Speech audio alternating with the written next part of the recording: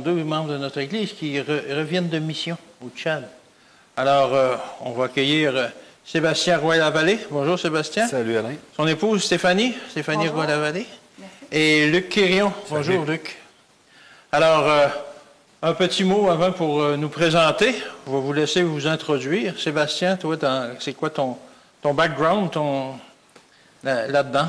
Ça fait plusieurs années que je fais des voyages missionnaires.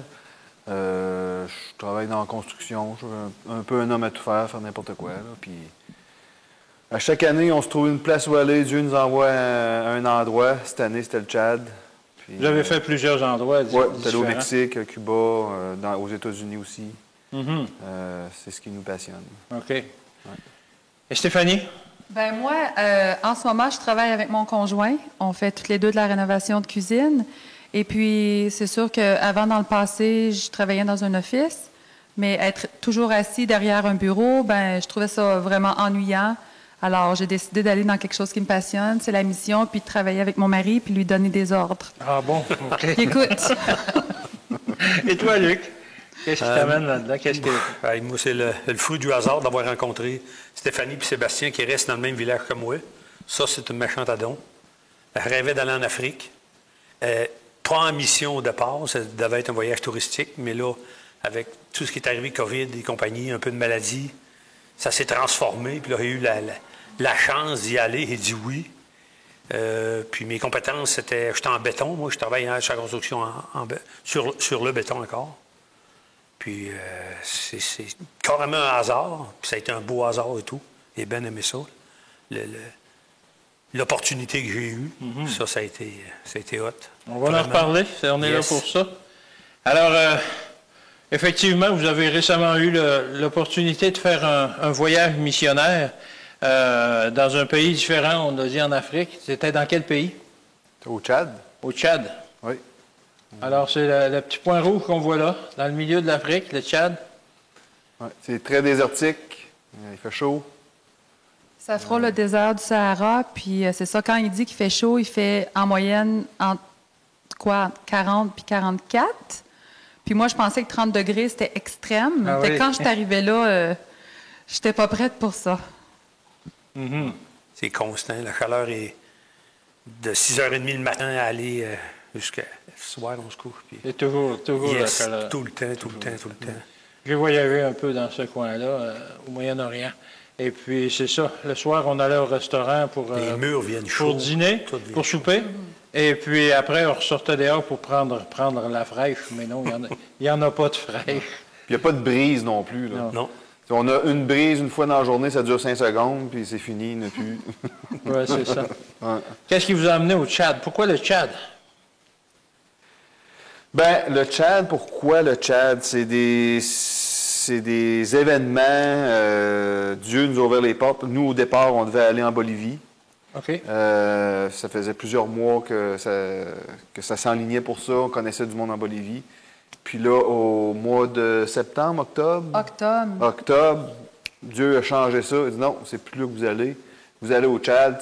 C'est carrément des... tu sais, Dieu, il travaille des choses, hein. Puis Stéphanie a donné une Bible à quelqu'un en Bolivie, que cette personne, une Bible française, parce qu'il voulait apprendre le français. Puis ça a donné que lui, il allait marier une missionnaire qui est au Tchad. Puis ça s'était donné qu'elle, on a déjà travaillé avec elle au Tennessee. Puis là, on a dit, puis là, on s'est mis en contact avec elle. Elle a dit, on a besoin de missionnaires pour construire une école, puis ci, puis ça. Donc, c'est des événements qui s'est produits. Dieu a ouvert les portes une après l'autre. Puis là, on s'est dit, bon, bien, regarde, ça a l'air que c'est là qu'il faut aller. Ça a été super rapide. En 1 heure, il était 4 heures du matin. Puis de 4 heures AM jusqu'à 5 heures AM, j'avais contacté tous les contacts nécessaires. Puis là, j'ai dit à Sébastien, quand il s'est réveillé, on s'en va au Tchad. On s'en va au Tchad. Oui. Est-ce que c'est compliqué d'aller au Tchad? Je parle avec les formulaires et les passeports et tout, là. Non. Moi, ça a très bien été. J'ai demandé le visa. C'était ça le principal. Il fallait être, comme pas accrédité, mais avec Sarento. Il fallait qu'il nous accrédite, si on peut dire, nous accréditer pour acquiescer à la demande qu'on a faite. Ça a été, ça a pris 2 semaines. Ça a pris 2 semaines. Puis, tout était réglé. Yes. Alors, on voyait vraiment la main de Dieu là-dedans qui mettait tout en place. Oui.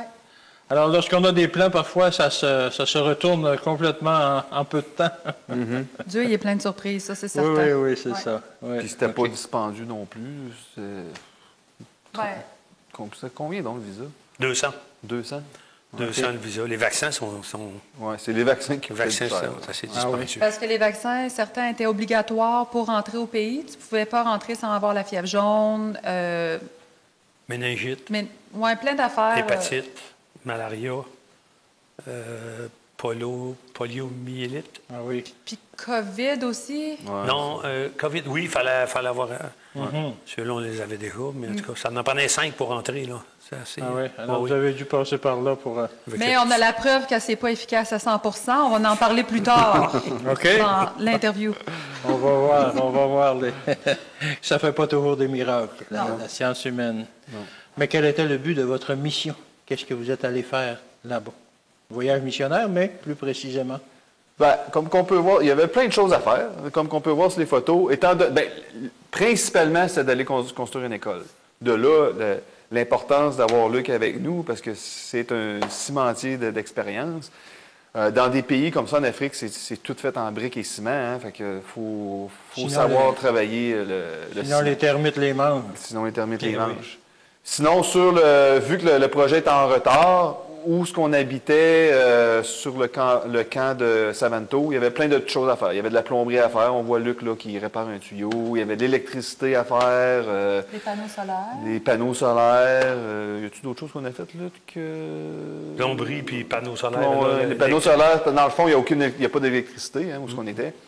Donc, la seule source d'électricité qu'il y avait sur le camp, c'était des panneaux solaires, mais c'était comme pas bien branché. Puis, Il y avait on a emmené un converteur de 3000.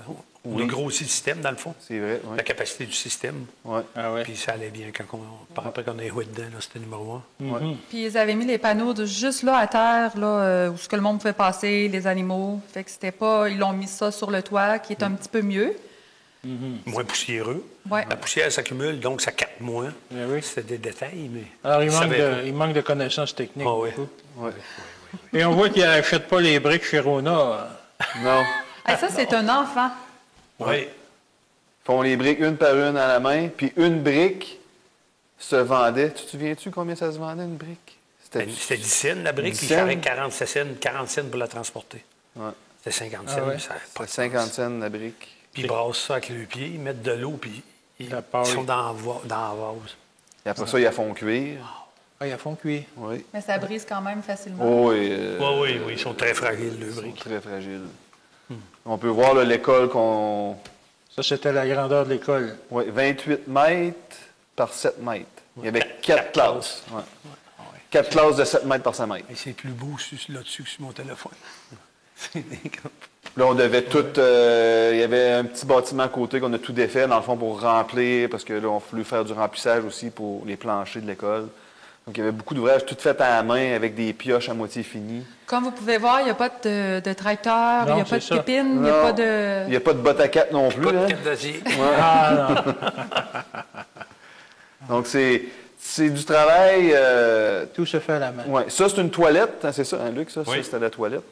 On a commencé. On a commencé à creuser. Imaginez, regardez le trou qu'il y a là, à la pioche. Puis la terre était très dure. Moi, je ne l'ai pas semble. faite, je n'étais pas là à ce moment-là. Mais Luc, il peut confirmer Hey. que c'était dur. Avec une boramine pour Qu'on frappe. là, puis- 30-40 livres, ça descendait de ça du coup. Ah oui.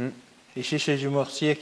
Oui, on avait un petit, comment ça s'appelle? Un mixeur. Un petit petit mixeur qui donnait 2 barouettes à la fois. Donc, La patience de Luc a été beaucoup exercée. le mixeur a brisé. Tu sais, tout brisé. Puis ils n'ont eu de besoin. À un Ouais. moment donné, Ils l'enlèvent. oui, ils l'ont enlevé. On brassait ça à l'appel. Aïe, aïe, aïe. Tableau.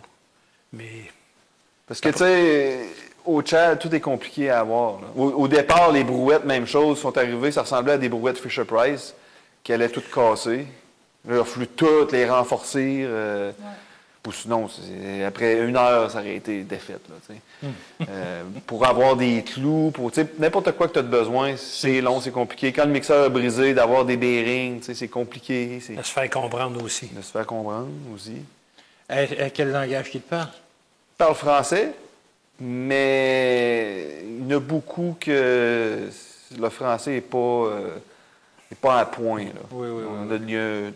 Ils ont de la difficulté à comprendre ce qu'on dit. Là. Mais ils disent, oh oui. Puis... Ah oui? Oui, mais... Pareil comme si on compris. Mais oui. Puis là, tu te demandes ce qu'il fait. Voyons. Ouais. Hey, tableau. Ouais, et toi, Stéphanie, tu travaillais aussi sur la construction? Non, il faisait trop chaud. On m'a demandé à moi et à Kellyanne d'enseigner l'anglais et le français et d'assister les enseignants. Alors, il y avait 4 petites huttes faites de paille comme ça, avec plein de trous. Et puis, chaque classe avait environ entre 20 et 30 étudiants. Ça, c'est notre fille Kellyanne. Les étudiants ont tous des beaux uniformes, ils ont des beaux sièges confortables, des beaux pupitres, puis ils ont tout un laptop. Ouais. Non, ils n'ont absolument rien. On voit pas la même photo. Sur de la brique. C'est vraiment difficile. Je me suis assise certaines heures là, sur leur petit banc pas large, puis c'est pas long que ça vient engourdi, puis ça fait mal. Donc, vous comprenez pourquoi il y avait besoin d'une école. C'est des conditions... Ça, c'est leur école qu'il y avait présentement. Ouais. Imaginez là, la saison des pluies. C'est pas des petites pluies comme ici, là, des petites fines pluies, mais c'est des pluies torrentielles.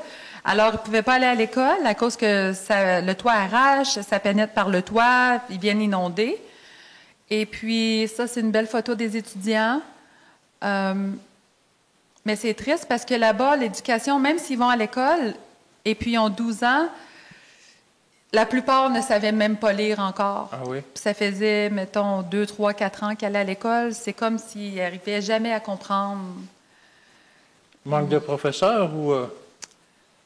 Bien, je sais pas. Je pense que c'est un mélange. Je suis pas professionnelle là-dedans, mais je crois que c'est un mélange de pauvreté, d'hygiène, de maladie qui a affecté avec le temps leur développement mental. Peut-être, je dis pas que c'est un peuple inférieur, mais ils n'ont rien pour le stimuler. Vous savez, si tu as un auto et tu ne mets pas de la bonne huile, tu mets du diesel, c'est du gaz, bien, à un moment donné, ça ne marche plus. On dirait qu'il y a comme un problème de développement à cause qu'ils n'ont rien. Fait que je pense que ça rentre en jeu là-dedans.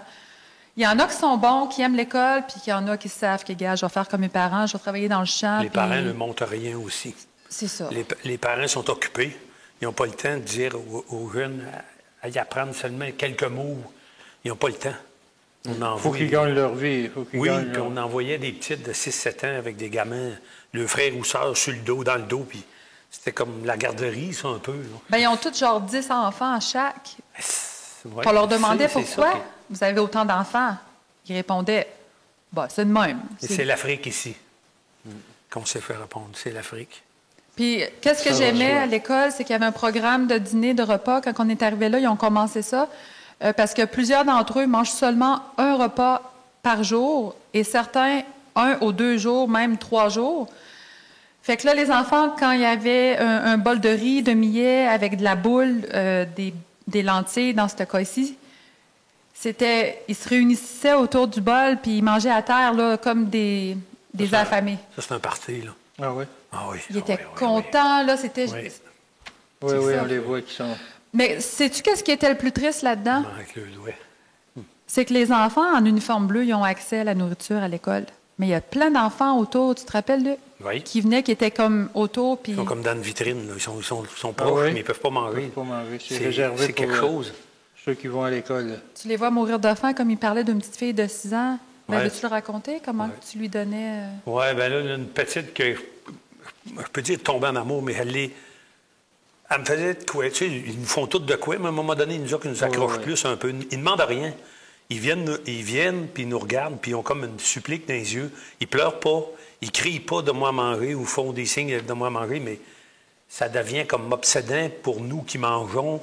Ouais. On mangeait dehors, on est assis, puis on vient quasiment qu'il faut se virer de bord pour pas tout le temps les regarder. Puis là, la petite est venue à l'approcher, donner des bonbons, des vitamines C, puis là, ça finit qu'elle est venue, là. Puis là, je partageais tout le temps. Tout le temps, là. Puis je m'en occupe encore, d'ailleurs. Ah oui? Oui, je m'en occupe encore. C'est bon. Hey, mais rester en contact. Oui. Oui, parce que l'éducation va se passer par là, selon nous.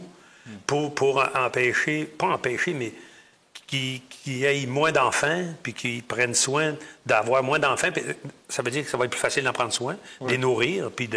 Mais c'est dur de faire rentrer ça dans les vieux, nous autres, comme le monde de notre âge là-bas, là, il est déjà trop tard. Ouais. C'est les jeunes qu'il faut qu'ils soient éduqués.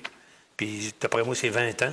C'est 2 générations certains avant que ça s'aille rentrer dans... C'est ça, là-bas, les personnes décèdent très jeunes. Quand ils ont su quel âge que Luc avait, ils étaient comme... Ah, tu marches encore, tu sais. Ouais. Des 60, il n'y en a pas beaucoup. Ah non? Non, on n'a pas vu. Et on a vu deux gars, moi, avec des poils blancs. 45 ans, là, ils ont de l'air de 60-70 ans. Oui. Ils sont maganés. Ils sont maganés. Puis les femmes aussi. Ouais. Les femmes à 30 ans, ils ont de l'air de 45. Ah oui. Mais à 30, ils ont 10 jeunes de A2U. À 20, ils en ont 3-4, ils se marient. À 14 ans, là, il y en a qui se marient là. Oui, il y en a qui étaient marqués à l'école, là, elle n'est posée. Là. Ils leur font des marques ici, là, avec l'aîné. Ça veut dire qu'elle est comme promise. Là. Ah oui. C'est pour la petite, elle est guessée à l'œil. 12 ans, elle commençait à se développer. Là. 12 peut-être. C'était déjà comme setupé que... C'était prévu. Oui, puis les gars sont tout le temps 3-4 ans plus vieux, normalement que les femmes. Puis il faut qu'il y ait de quoi donner en dot. Puis où est-ce que vous habitiez? Il n'y avait pas un hôtel à proximité, non? Au Hilton. Oui, elle était à la porte du hôtel, justement. Ça l'est, ça? C'est le motel. C'est le motel où vous habitiez? On était très bien comparé au on était peuple. bien, oui. Yes. Tu sais, comme vous voyez, on a des murs, on a des planchers. Ça, on a l'eau courante, potable. Imaginez, on prenait notre douche avec l'eau potable. Dans la chaudière, là, on s'entend? Oui. Okay. Ça, c'est l'affaire rose, là, la petite chaudière rose, c'est notre toilette. Puis ça, c'est l'appartement à Luc. Moi, je suis à terre battue encore, mais au moins... Puis la douche est dehors, les toilettes aussi sont dehors, à 100 pieds, 150 pieds. Mais j'étais sur la couche, là, moi, je trouve. Prenait sa douche en regardant les étoiles. Oui. Au début, on se lavait. C'est nous qui avons installé la douche. Là. Il y avait pas de... On se lavait avec une chaudière. Puis au début, je prenais 5 gallons. Les premières fois, je prenais ma douche 5 gallons. Je me vidais le reste du bucket de sa tête. Puis au bout d'un certain temps, quand tu vas chercher l'eau, avec un 5 gallons pour 3 douches. Oui, c'est ça, parce que je veux que tu ailles chercher l'eau. Oui, bien là, nous autres, c'était pas pire. On était là. On l'avait. Au moins, notre eau était potable. On avait un puits, puis l'eau était potable à cause qu'il n'y avait pas de... Juste ça, c'était une bénédiction d'avoir de l'eau potable. Moi, c'était ça qui m'inquiétait. Oui. Ça me prend de l'eau. Le manger, bon, on peut toujours s'organiser avec qu'est-ce qu'il y a, mais ça prend de l'eau. Il fait 40, là. Faut que tu en boives de l'eau. Je buvais 4 gallons. 4 gallons par jour? J'allais aux toilettes une fois. Oui, on va pas uriner. On fait juste boire. On fait juste la suer. Oui. Ouais. Ça, c'était la laveuse. OK. Ça, c'était leur limousine. OK. Bon, mais ça, c'était pas notre moto. Ça, c'était la nôtre. On avait la limousine. Il en loge du stock sur une moto. C'était impressionnant. Tu peux mettre un baril, tu peux mettre une famille, tu peux mettre n'importe quoi. Des gros morceaux de poids. Des chèvres. Des chèvres. Oui, des chèvres. Oui, vivant. J'ai vu du monde transporter des feuilles de 4x8, là. Sur une moto comme ça. Des rottes d'armature. Des 125, des affaires comme ça. Là. Ouais. Des rottes d'armature de 20 pieds. Ils pliaient, puis ils les amenaient. Ils les laissaient traîner en arrière sur la moto. Ça n'aurait pas passé ici. Ça, Ils sont débrouillards. Puis ça, le pouce-pouce, c'est très utile. Ouais. Ça, c'était... Le véhicule. Toute notre eau qu'on a fait l'école, on a été chercher ça. Ensuite, aller à l'eau, sortir l'eau avec une chaudière, puis ils mettaient un 45 gallons. C'est tous les hommes qui tiraient ça, là, à la main. On était à 100 quelques pieds, 200 pieds du... Oui. Puis il doit y avoir une personne qui fait ces buggets-là, parce que tout le monde en a un, puis ils sont tous pareils. Il doit y avoir un gars dans le village, pousse-pousse. Sa job, c'est ça. Mais c'est vraiment ça. Qu'est-ce que vous mangiez? Qu'est-ce que Luc mangeait? Ouais, Luc, tu peux en parler. Moi, je ne veux pas manger de ça, parce que non. Ça, c'est le fameuse boule, là. C'est typique, puis c'est moringa. C'est une des feuilles qui écrasent avec l'huile d'arachide. Puis, là, tu parles du chose vert, là? Oui, ça, c'est la sauce. C'est pour ramollir un peu ça, là. OK. Puis les têches qu'on peut voir, là, c'est tout sauf, mettons, de la farine de maïs, là. OK. Ça peut être tout. Surtout du sable. Du sable? Il y a beaucoup de sable dans la nourriture. Les dents nous grichent. C'est ça, quand il mangeait. Quand il mangeait, il disait, voyons, ça Au début, on a faim, on y va franchement. Après ça, On se calme. On y va. C'est des minéraux. Oui, des minéraux. Puis à chaque midi, ça changeait de couleur. Ouais. Des fois, au lieu d'être maïs, c'était au riz, là. Ça, c'est ça. Sébastien, il a essayé ça pendant 2-3 jours, je pense, puis il s'est retrouvé à l'hôpital, il y avait la typhoïde, il y avait des parasites, puis je les ai chicanés. J'ai dit, mange plus ça.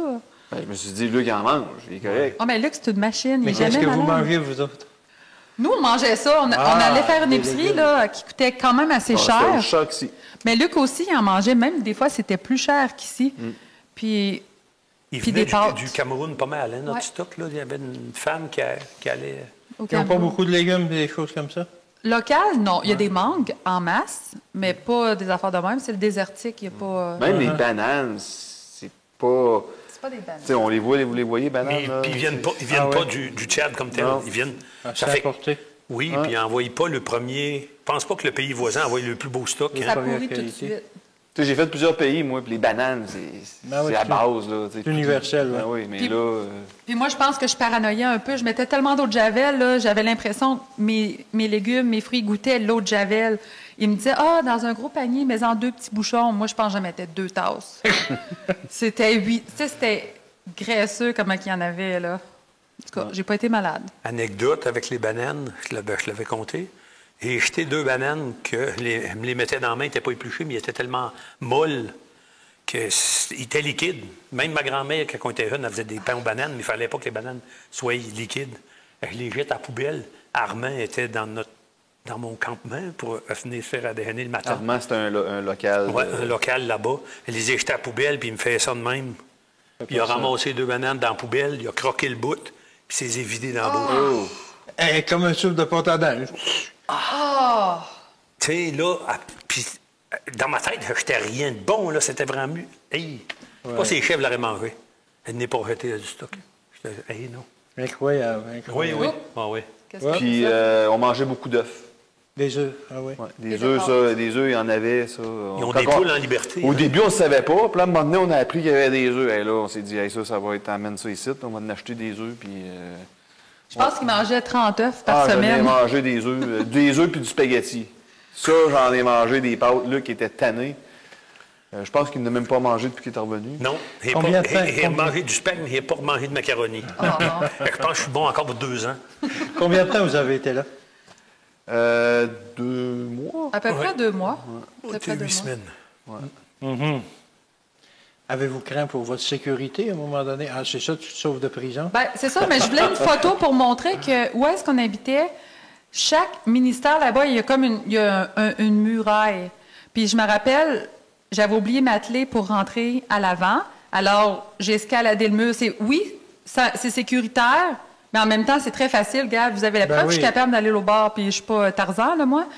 Fait que, Mais je peux vous dire que dans le village où on était, je me suis jamais pas senti en sécurité. ben, on a acheté la paix Ouais. pour 6 6 Oui. Vous avez soudoyé un officier? On a fait le tour pas mal. Luc, veux-tu l'expliquer? C'est obligatoire, en arrivant là, qu'on rencontre le préfet de police. OK. Le grand chef. Le Il y avait maire. le maire. Puis en dernier, c'était chef. Il y a juste un chef du village aussi. On a rencontré le chef du village. Sa fille avait préparé le repas. Moringa encore, la boule. Avec du thé chaud, thé à l'oseille qui était bon, full bon. Ah oui? C'était chaud. Oui, c'était vraiment typique. Puis la jeune devait avoir ça m'a frappé et tout. 12, 13. Ouais. La mère n'était pas là, puis c'est la petite qui a fait à manger. Puis c'était déjà, elle était déjà préparée à ce qui va, à ce qui va s'en venir pour elle, À sûrement. son rôle. Oui, oui. Ah oui, Son rôle vraiment. futur. Les femmes, là. Donc, tu dois rencontrer tous ces gens-là. Puis on Oui. a dû payer le préfet oui, de police oui, oui, oui. 6 chaque. Il nous a donné Dans le sa fond, carte. c'est juste une façon de s'enregistrer au village pour que les autres sachent qu'il y a des missionnaires qui sont là. Puis ils nous disent que c'est une forme de protection en même temps. S'il nous arrive quelque chose, ben, ils savent qu'on est là puis ils vont nous aider. Là. Oui. C'est ça. Avez-vous été malade à l'occasion? Ben moi, oui. Là, Ah, ouais. on me voit là. Là, j'ai eu la typhoïde et la malaria en même temps. Donc, Il a j'ai- passé quelques jours dans la salle de bain. Ah oui, j'étais... Je dirais que c'était... j'ai la jamais été Collière aussi Rouge, malade. je veux dire. Il filait pas fort. Ouais. J'allais aux toilettes à Ouais. toutes les... Des fois, là, C'était à toutes les 30 secondes quasiment. Là. C'était assez intense. C'est la fois que j'ai été le plus malade dans ma vie. Mais ça a duré quelques jours. Après ça, j'étais correct. Je me suis senti faible pendant quelques jours. Puis là, ça, c'est Luc aussi. Luc, c'est le super-héros, lui. Ouais. Il y a un pansement là sur le bras? Oui, j'ai donné du sang à Lou Escobar, qui était la chef du camp, la chef de la bosse, là, qui faisait de l'anémie au bout. Puis c'est venu sur le sujet que ça y prenait du sang, puis elle voulait pas trop. Le sang, les personnes locales, là, il y a beaucoup de sida. Hein. Oui, il n'y a pas rien. Puis d'autres maladies aussi. Oui. Puis le sang, il teste si tu es dans le groupe, puis il te donne ça. Il n'y a pas plus de checker que ça. Puis ça s'est avéré qu'elle était capable d'y en donner, ça fait que... OK. Ça a été ça qui s'est passé. Là. Mais alors, vous n'envoyez pas ça à la banque de sang. Je sais déjà c'est qui va l'utiliser. Non. Puis il faisait chaud dans le petit local qu'ils m'ont laissé tout seul. Il faisait chaud en tableau, puis quand il est revenu, il était déjà plein, puis ça coulait à terre. Ça a terre battue. Notre fille, elle aussi, elle a eu, comme Sébastien, la malaria. Elle l'a eu 2 fois. Puis elle était constamment déshydratée, des hallucinations. Fait que le dernier mois, on a déménagé à l'hôpital parce que c'était trop dangereux. Il fallait vraiment qu'elle soit suivie, puis toujours rester à l'ombre avec une fan sur elle. Ah oui? Mais je suis contente à cause de ça. Quand on a déménagé sur le campus de l'hôpital, ben moi et Kéliane, on ne pouvait plus enseigner l'anglais et le français. Oui. Mais Dieu avait un autre plan. À l'hôpital, comme vous pouvez voir, il n'y a pas vraiment de salle pour tout le monde. Fait qu'on est tous à terre, on attend à terre. Et puis, il y a d'autres photos un peu plus loin. Moi, qu'est-ce que Dieu voulait que je fasse là? C'est d'aller visiter les malades, de les écouter, d'entendre leurs témoignages, de prier avec eux et pour eux, de chanter aussi pour détendre l'atmosphère parce que j'ai vu des affaires que j'ai jamais vues puis que je ne reverrai pas ici au Québec. Des tentatives de suicide, des jambes tout fondues à cause de la magie noire que quelqu'un avait exercée sur une autre personne, le vaudou, tout ça, c'est très, très populaire là-bas. Puis des bactéries mangeuses de chair, la polio, etc. Ici, c'est mon ami, il a 6 ans, c'est un petit paquet d'os. Puis en lui, toute sa mâchoire inférieure, ça avait tout été mangé, il n'y avait plus rien, c'était... Ah ouais? Il séchait. Puis un jour, quand je suis partie... Pas traité. Souffrance extrême, mais je voyais dans ses yeux qu'il voulait vivre. Puis un jour, quand je suis partie à la maison, m'occuper de ma fille, j'ai appris le soir qu'il était décédé. Fait que, en tout cas, j'espère le revoir au ciel parce que on a échangé des regards, des prières, des chansons, puis tu le voyais qu'il souriait avec ses yeux, qu'il comprenait. Alors ici, on voit le palou, qui est la malaria, c'est très, très populaire. Le monde sont dehors avec des IV, avec des médicaments. Ça, c'est, t'es malade, tu t'en vas là. Des transfusions. Ils soignent en dedans, puis après ça, l'infirmerie, comme nous, là, au lit d'hôpital, c'est dehors.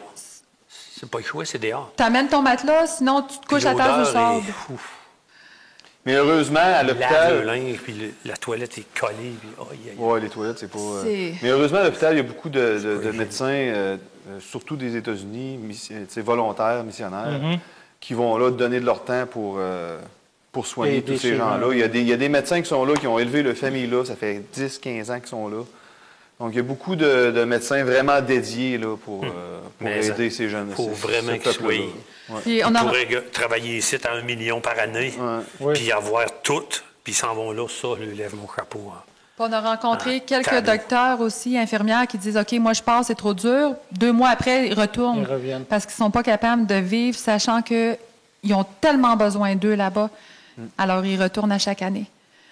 Puis, j'ai pas de photo là-dessus parce que j'ai été en prison, pas parce que je me suis fait arrêter, mais on m'a demandé, j'étais allée avec Benny, mon ami Benny, il m'a dit « Hey, viens-tu avec moi, on va aller visiter les prisonniers à la prison. » J'arrive là, c'est 4 murs, hommes et femmes mélangés. Il y avait un bébé là-dedans.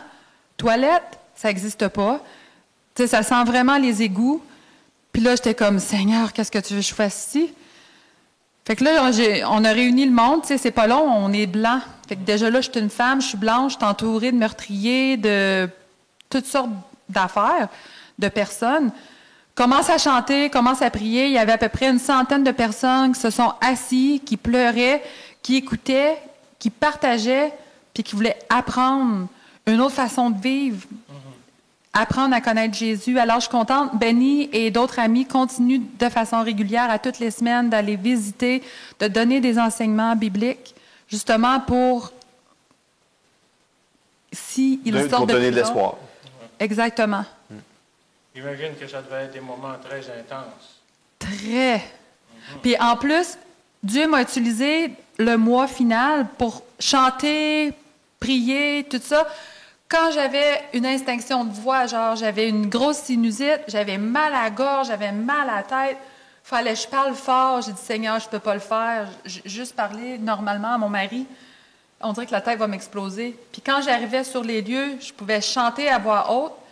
Puis je sais que c'est un miracle parce que j'avais pas la capacité de le faire. Puis même moi, j'étais comme, hein? Qui chante? Qui parle fort de même?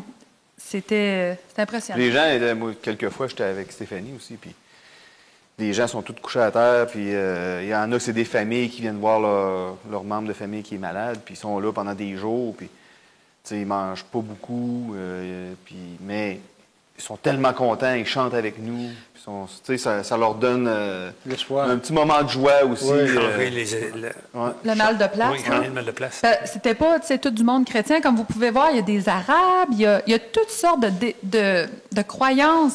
Et puis, Dieu nous a vraiment réunis avec la prière, la chanson, la parole de Dieu. Je le voyais que le monde y écoutait, puis je savais qu'il se passait quelque chose. Je voyais les personnes faire leur prière sur le tapis. Après ça, ils me regardaient, puis ils me parlaient.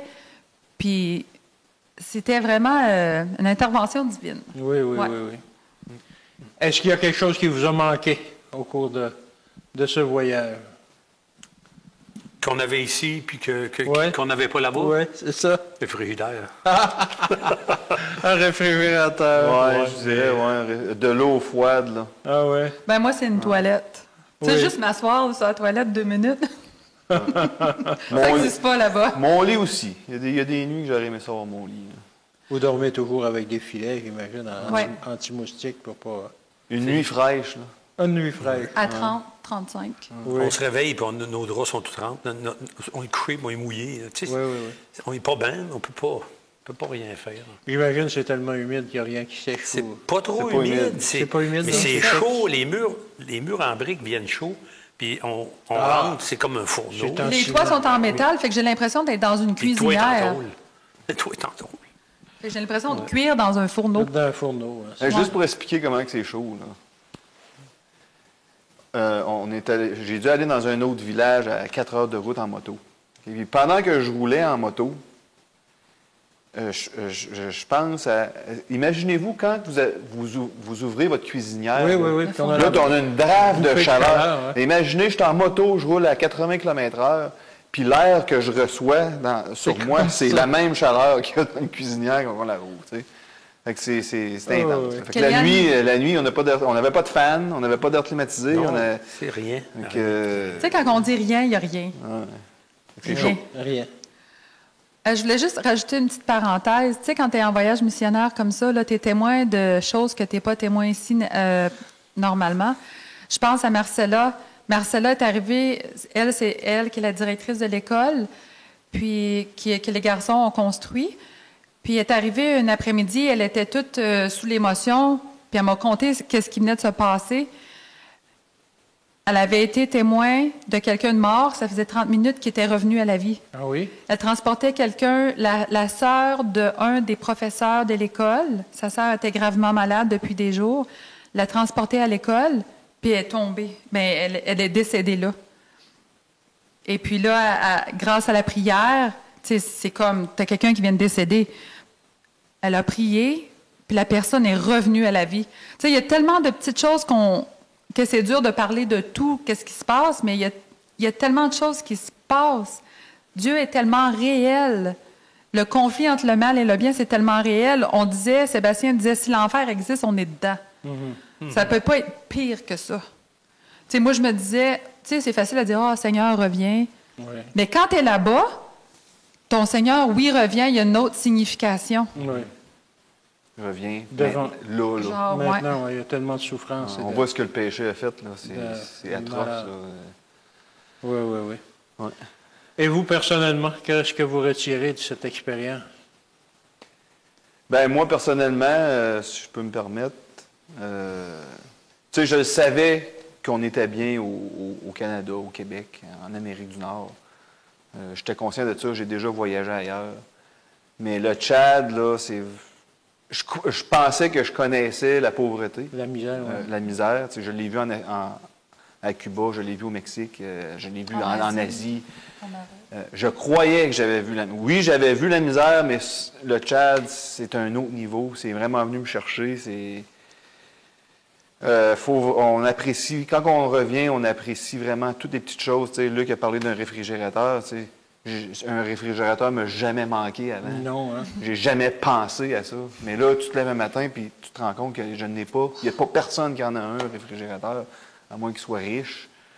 Ça, c'est venu me chercher. Là, vraiment, j'ai vraiment connu c'était quoi la misère. Là. Moi, qu'est-ce que j'ai appris, c'est que je chiale tout le temps, puis que tout ce que je pensais que je savais, dans le fond, je sais rien. Ça m'a tellement, comme, pas humiliée dans le sens me cacher la queue entre les deux jambes, mais ça m'a tellement comme, ça m'a remis à ma place. Hein? Tu te penses bonne, tu penses tout connaître, hein? Tu vas voir. Fait que j'ai appris que, wow, je me sentais petite. Dieu a confirmé que j'étais vraiment petite, comparée à la misère, comparée à la terre, à l'univers. Je suis une petite chose de rien, mais qui a tellement une grande importance à ses yeux. Mm-hmm. C'est quelque chose de... Tout le long, pour moi, c'était comme un conflit spirituel. Autant que l'ennemi s'acharnait sur la santé de notre fille pour me mettre des bâtons dans les roues, autant que Dieu m'encourageait, vas-y quand même. Parce que les soirs, parfois, je donnais de l'évangélisation sur la famille. On m'avait demandé de faire une série de 3, comme par exemple. Et puis, le premier soir, je suis allée, Kellyanne était vraiment malade. Je suis allée. Deuxième soir, elle était encore plus malade. Elle me disait, « Maman, vas-y pas, j'ai besoin de toi, je me sens comme je vais mourir. » Fait que là, Sébastien est resté avec elle. Puis le soir d'après, j'étais censée partager sur le sabbat. Là, c'est là que on a fait nos valises puis on est parti. Fait que... On s'est rendu compte aussi que notre foi elle peut être ébranlée. Là. Oui. Facilement. Facilement. C'est pour ça qu'il faut rester accroché puis vraiment continuer une façon de rester accroché, c'est de faire des voyages missionnaires. Que ce soit en Afrique ou que ce soit ici à Québec, dans son voisinage, mais il faut vraiment, parce que on se rend compte que notre foi peut être ébranlée là, comme ça. Puis j'ai déçu Dieu en pliant bagage puis en n'allant pas prêcher sur le sabbat, mais il va se reprendre avec moi. Il n'a pas fini. J'ai dit, réutilise-moi s'il te plaît. Encore disponible. Oui. Et toi, Luc, qu'est-ce que tu retires de... Pour ce que Sébastien vient de dire, au niveau de avoir la foi ébranlée, moi, je suis pas aussi... Je peux dire, je suis pas convaincu encore, mais quand je vois... Ça m'a ébranlé. Quand tu vois tant de misère que ça, je me suis posé la question, du crime, Dieu existe-tu? Ouais. Pourquoi il permet ça? Puis des jeunes, là, tu sais, un enfant qui vient de venir au monde. Oui. Je dis, crime, pourquoi? Qu'est-ce qu'il a fait, lui? Ouais. Ça, c'est vraiment dur à accepter. Puis je rote encore sur, excusez le mot, mais oui. Ça me revient encore constamment en tête, du crime. Pourquoi? Puis, mais ça fait du bien comme Stéphanie disait aussi, au niveau de... ça ramène l'humilité. On se pense bon. On se pensait bon, puis tout, mais on se fait rajuster, là. Oui, ça... Faire remettre les valeurs à leur place. Beaucoup. Ça fait du bien au mental, ça fait du bien au cœur aussi, mais... Oui. Hey, est-ce que c'est... Avez-vous des regrets de votre voyage quelconque par rapport à votre expérience? Ben moi, je regrette d'avoir trop chialé. Ah oui? Fait chaud, j'ai faim. Ouais. Je regrette d'avoir chialé parce que moi, je sais que moi, c'était temporaire, mon affaire. Puis que eux, partout autour de moi, là, c'est éternel, là, jusqu'à temps qu'ils meurent. Oui, c'est ça, eux autres, ils n'ont pas le choix, là. Fait que je regrette ça. La première chose qu'ils font le matin, là, ils ne disent pas « qu'est-ce qu'on va manger ». Ils disent « est-ce qu'on va manger ». Est-ce qu'on va manger. Ouais. C'est ça, c'est stédé. Puis malgré ça, on voit il y en a, ça sourit, ça vient en bout de sourire, en tout cas d'être de bonne humeur. Ça, c'était patent aussi de voir ça. Puis qu'ils soient aussi résilients que ça. On est là, puis ils piochent, puis ils effort à tous les jours. Ici, on peut se permettre une journée de congé, puis on ne crevera pas de faim. Là. Ouais. Là-bas, c'est non. C'est stédé. Une autre chose que je regrette, c'est encore une fois d'avoir douté de Dieu. Moi, avant de partir pour le Tchad, le projet, c'était de construire l'école. Je m'étais mis comme objectif. Mon objectif, c'est que les murs soient montés, qu'il y ait un toit. Je suis bon, je suis fin, il va construire l'école. Mais là, on commençait en retard. 2 semaines de retard. Là. Il y a ça, 2 semaines en retard. là. Là, ça commence mal. 2 semaines sur 2 mois. Acheter le terrain encore. C'est un quart. Bon, après ça, l'équipement qu'on a, les outils qu'on a, c'est désuet. On avait de l'équipement? Au départ, on n'avait pas de mixeur. Là, mais là, finalement, on en a trouvé un. Ça brisait, la maladie. Dieu, comment que ça... Regarde, l'école, elle s'est construite. Non seulement l'objectif était atteint, il y avait les fenêtres puis les portes qui étaient en place. Moi, je doutais que ça allait se faire, ça, là. Donc, tu sais, Dieu, malgré tous les obstacles, toutes les embûches, l'école, elle s'est faite pareil. Hey, on a fait ça en 1 mois et demi, là. 1 mois et demi, avec des gens qui connaissent plus ou moins ça. Ben, il y avait Luc qui connaissait ça, puis il y avait un local fidèle qui en connaissait beaucoup aussi. Mais tous les autres, c'était du monde qui n'avait jamais travaillé là-dedans. Les faire essayer d'adapter nos méthodes ici, qui sont meilleures, c'était très difficile. Ils nous disaient oui, on se virait de bord. Puis ils faisaient, ici au Tchad, c'est comme ça. C'est vrai. C'est vrai. Parfois, Luc devenait... Ah, mais je suis choqué une couple de fois, c'est sûr que Caroline, à un moment donné. Mais il y a une journée qui est finie à 3h et quelques, parce qu'elle était vraiment pompée à mort. Il finit plus de bonne heure. Les autres journées étaient là tous les matins, puis qui finissaient à tous les soirs. Il y a une journée qui finit à 3h15 pour aller me calmer. Et là-bas, les jours, c'est 6h à 6h, j'imagine. Oui. À 6h, la noirceur, ça tombe comme un rideau presque. Oui, c'est assez... 365 jours par année. Oui, c'est ça, c'est toujours la même chose. Comment s'est passé votre retour? Ben moi, j'ai eu une dépression post-adrénaline. Oui. Ça me fait ça à chaque fois que je reviens de voyage. Mais là, de revenir du Tchad, ça a été encore plus intense et plus long. Je vous dirais que pendant une période de 1 mois, je pleurais tout le temps. J'ai été malade 2 à 3 semaines dans le lit, puis j'étais déprimée. Là, je savais pas qu'est-ce que je voulais. Puis là, Oui, c'est pas physique, c'est plus le mental. L'adrénaline, là, ça retombe, là, tu sais. On dirait que c'est le mental. Oui. Parce que moi, puis moi, toi, tu as été malade, au moins, tu as su un peu qu'est-ce que tu avais. Ouais. Moi, je suis encore malade. Ah oui? De l'incompréhension que vous ici. Je parle de ça à quelques-uns. Il y en a que... Puis là, on en parle de moins en moins, sauf à quelques personnes qui semblent intéressées quand on glisse un mot ou qui me disent « Ah, tu as été là? » Là, s'ils semblent intéressés, je parle. Sinon, on est jugé en plus. On est jugé. Pourquoi? Puis qu'est-ce que ça donne? Puis... Oui. Puis quand on voit tant de misère que ça, puis tu t'assois devant, puis tu manges, puis tu repenses à ça, puis regarde encore des photos.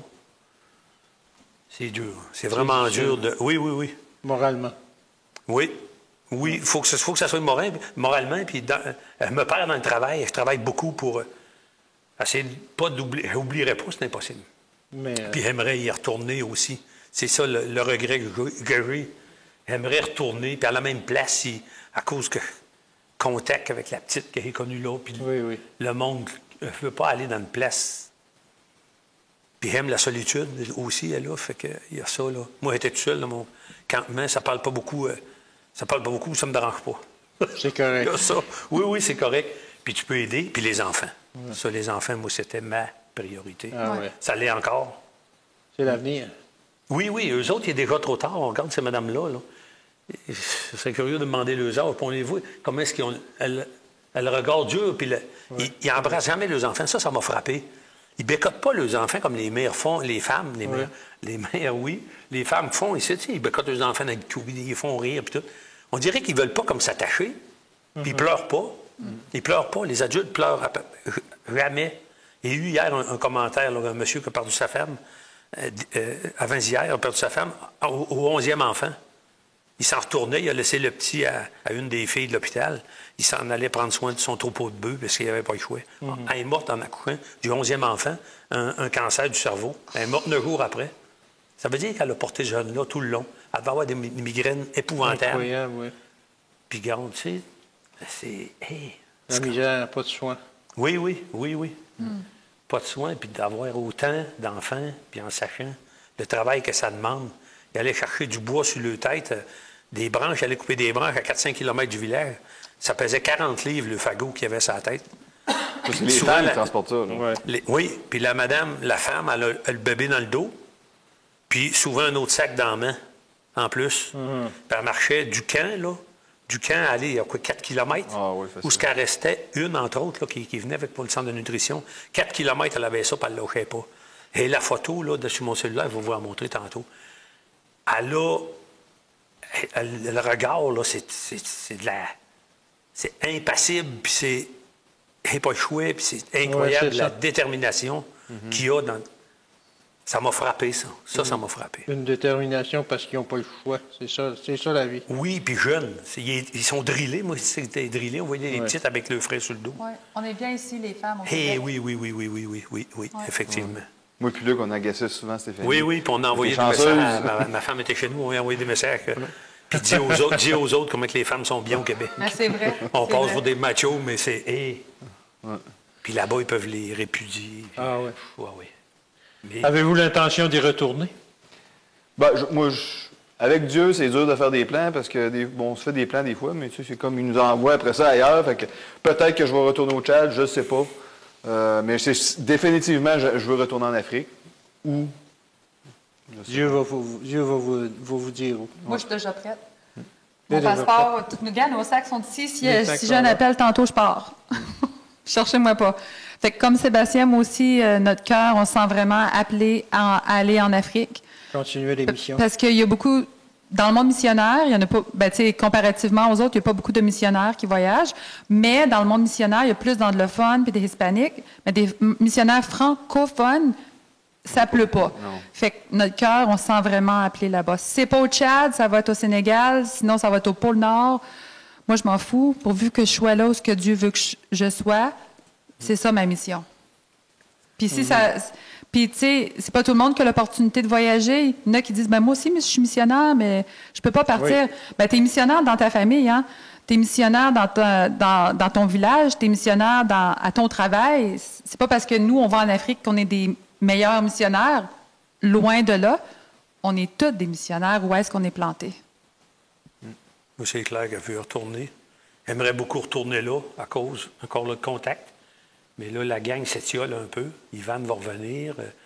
Armand va partir aussi. Là, ça va changer de... Il n'y aura plus beaucoup de Nassara là. Hein? Nassara et les jeunes, ils nous criaient ça quand on passait dans le village en moto. Ça veut dire les Blancs, les Blancs. Ah oui? Ah, c'était un petit peu tannant, là. C'était intense. Préparez la marmite. Mais... Sortez le cadran. Mais une chose qu'on aime bien de voyager comme ça, c'est que on pense que c'est nous, comme on a dit un peu tantôt, c'est nous qui va aider, on est les super-héros. Non, c'est quand on revient, c'est nous qui échangeons. On pense à l'aider, mais c'est en fait eux qui nous aident. Yes. C'est étrange comme scénario, là, mais vivez-le, faites-le. C'est ça. Quel message que vous aimeriez laisser aux gens qui écoutent cette vidéo? Quelqu'un qui se pose des questions, là, ou qui a une hésitation, qu'on a eu comme une possibilité, ou qui a une hésitation, devrais-tu le faire, puis tout. Oui. Faites-le pour vous. La personne qui veut y aller peut pas. Vous allez sortir de là grandi, c'est clair. Peut-être pas de meilleure personne, mais plus compréhensif. Et oui.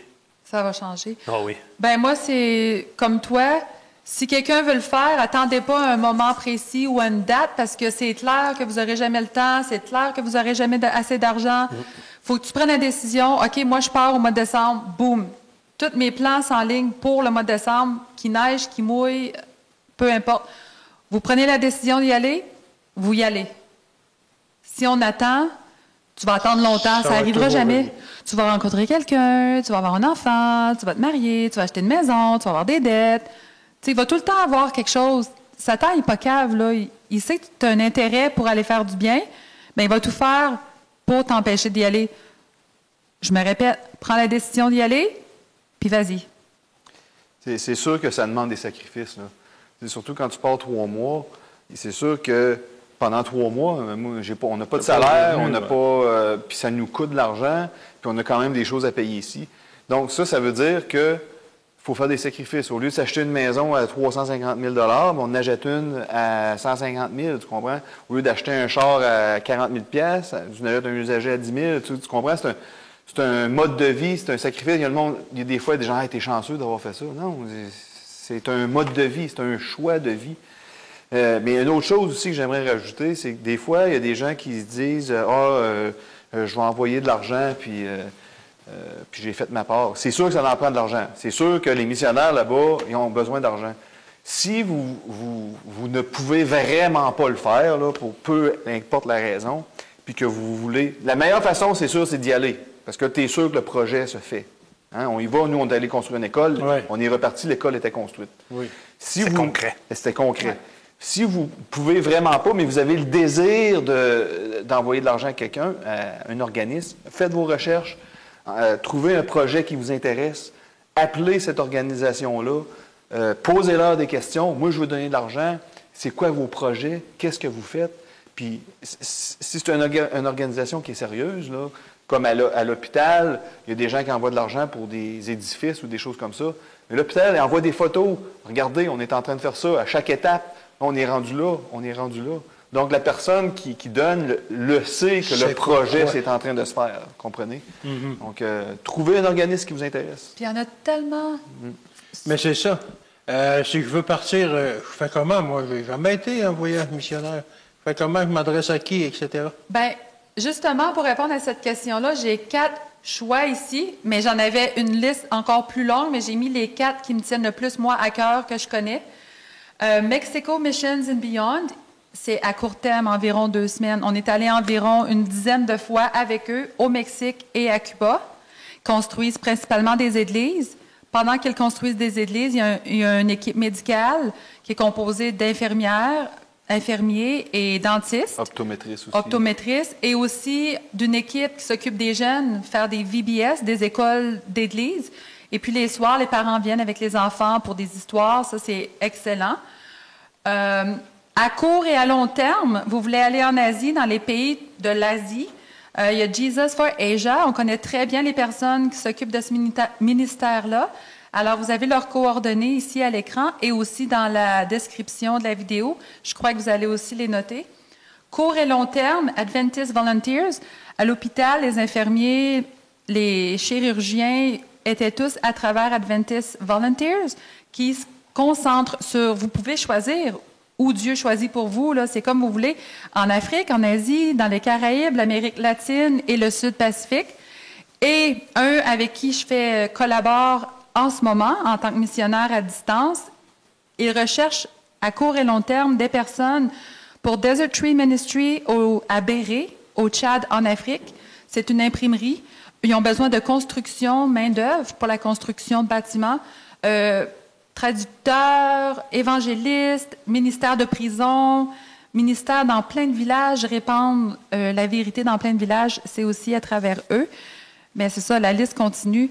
Et puis, si jamais les personnes ont des questions, ils peuvent toujours envoyer un courriel au courriel de l'Église, puis ça va nous faire plaisir de les répondre, puis de les guider s'ils ont besoin d'aide. Oui. Merci. Merci de nous avoir raconté cette expérience invraisemblable pour nous qui sommes habitués justement à vivre ici au Québec dans la Watt. L'abondance. Dans l'abondance, on a tout ce qu'on a besoin, on a plus qu'on a besoin. Mm-hmm. Et puis même, on a tout ce que l'on veut. Eux autres, ils n'ont même pas ce qu'ils ont besoin. Mm-hmm. Alors, merci Sébastien, merci Stéphanie, merci Luc. Alors, j'espère que cette émission vous a plu. Alors, on espère en produire d'autres bientôt, probablement lorsque vous reviendrez d'un autre voyage missionnaire.